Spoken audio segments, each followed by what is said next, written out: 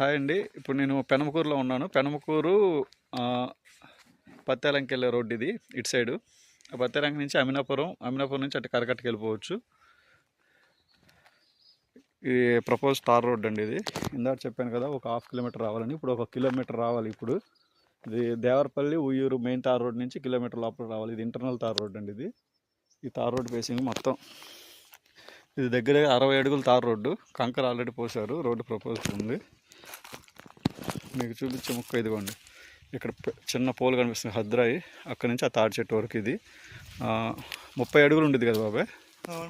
30 అడుగులు ఇది దారండి.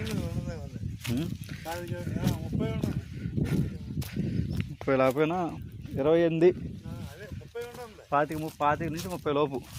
ఎక్కడి నుంచి తిన్నగా వెళ్తే ఇవ్వండి మనకి ఇది దోవ. ఇది 25 అడుగులు 30 అడుగుల రోడ్డు.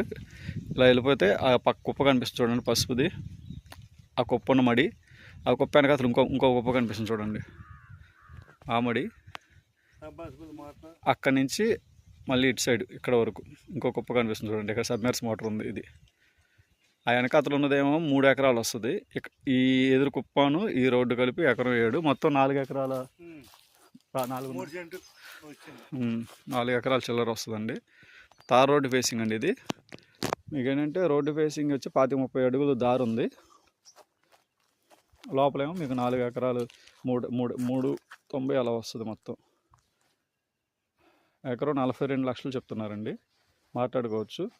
మీకు ఇక్కడి నుంచి ఉయ్యూరు దగ్గరే పెనమకూరు ఆనుకొనే ఇది తోటలవల్లూరు మండలం కింద వస్తుంది. పెనమకూరు తోటలవల్లూరు మండలం అంటే మనకు proposed outer ring road marking కూడా అయిపోయింది కదా బాబాయ్. అది అవుటర్ రింగ్ రోడ్ మార్కింగ్ అయిపోయింది తోటలవల్లూరు మండలం.